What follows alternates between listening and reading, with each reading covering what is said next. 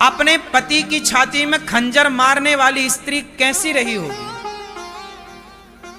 भोजन में नींद की गोलियां मिलाने वाली, सुला करके उसका मर्डर कर देने वाली, सीमेंट भर देने वाली पत्नी कैसी रही होगी? बताओ जरा, इससे क्या सिद्ध होता है? सोचिए, एक पति जो अपनी पत्नी में समर्पित है। आप बताइए, हम आपके घर आए भोजन करने और आप हमें नींद की गोलियां मिला के सुला दें और हमें मार डालें, इसमें हमारा क्या कसूर है? उस लड़के का क्या कसूर था?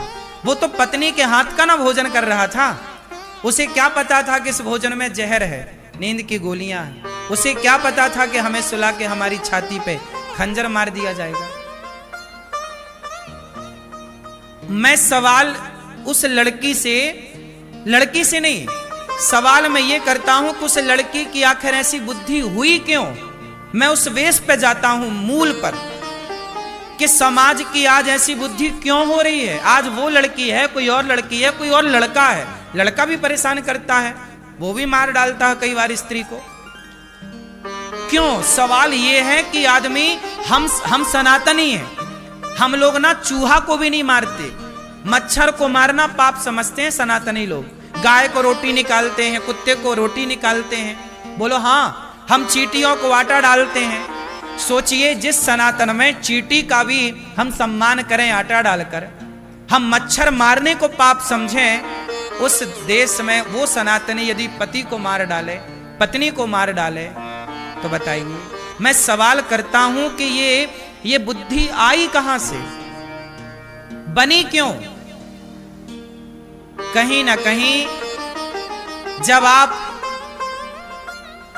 सत्संग से हट जाते हैं, आप जब चरित्रहीन हो जाते हैं। वो लड़की क्या थी? चरित्रहीन हो गई ना, गैर मर्द के साथ घूम रही है, अपने पति को हटा दिया रास्ते से। ये गैर मर्द के साथ, अच्छा बताओ, सीता मैया रावण के साथ चली गई, चुरा के ले गया। रावण ने इतना लोभ दिया, रावण तो सोने की लंका का मालिक था कि नहीं?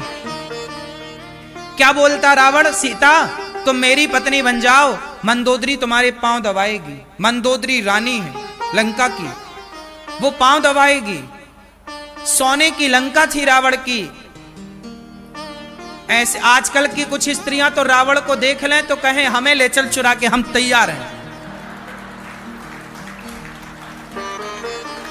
आज तो खुद लोग भाग के उसके विमान में चढ़ जाएं।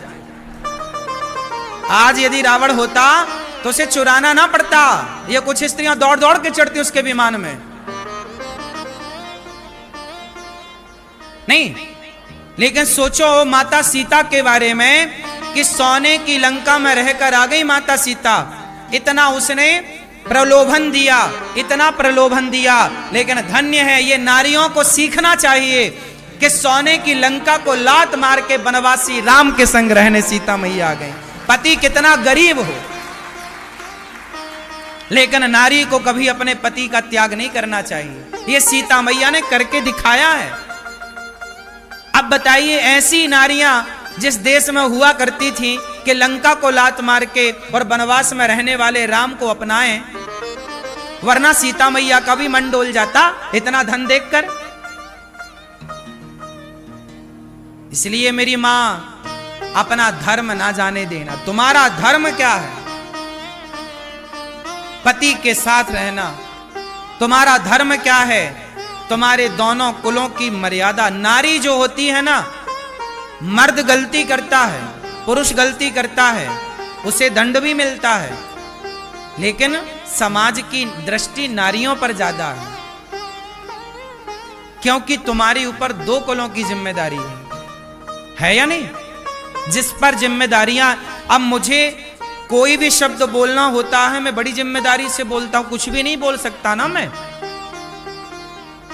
आप कुछ भी बोल सकते हैं, क्योंकि आपका बोला हुआ हाईलाइट नहीं होगा, आपको बोला हुआ वो आपकी पर्सनल विचारधारा हो जाएगी, लेकिन मेरा बोला हुआ तो बड़ी बात हो जाएगी। इसलिए आपको समझना चाहिए। समझना क्या चाहिए कि हम सब अपने अपने शुद्धि का, सत्य का, मर्यादा का, धर्म का पालन करें। ये सृष्टि तब सुरक्षित रहेगी जब धर्म रहेगा। धर्म क्या है? शुद्धि। शौच करो, लघु शंका जाओ तो शुद्धि।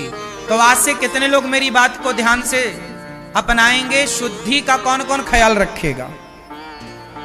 क्या रखोगे बताओ?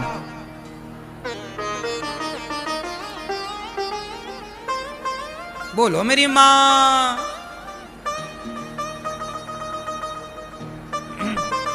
धर्म क्या है? सोचो, हम लोग ना यज्ञोपवीत पहनते हैं। हम क्या पहनते हैं? जनेऊ। जनेऊ सुना? जनेऊ। यज्ञोपवीत जानते हो? हम लोग यज्ञोपवीत पहनते हैं।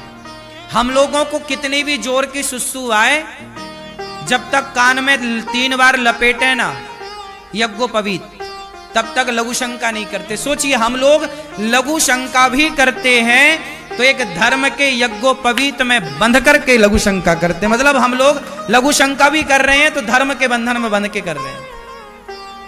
बोलो हाँ। बैठ के करते हैं, खड़े होके बैलों की तरह नहीं।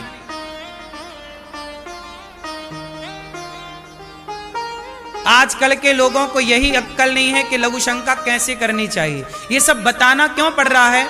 क्योंकि चीजें नष्ट हो गई, क्योंकि लोगों को ज्ञान नहीं है। पहले का मर्द, तुम्हारे दादा परदादा, नाना परनाना जो थे, वो धोती पहनते थे। बताओ, पहले का पुरुष भी खड़े होके लघु शंका करता था कि बैठ के? बोलो क्यों? क्योंकि बैठना मर्यादा है। लघु शंका करना भी एक मर्यादा है, नहीं है? अब आप ना माने आज की आधुनिकता में, तो हम क्या करें?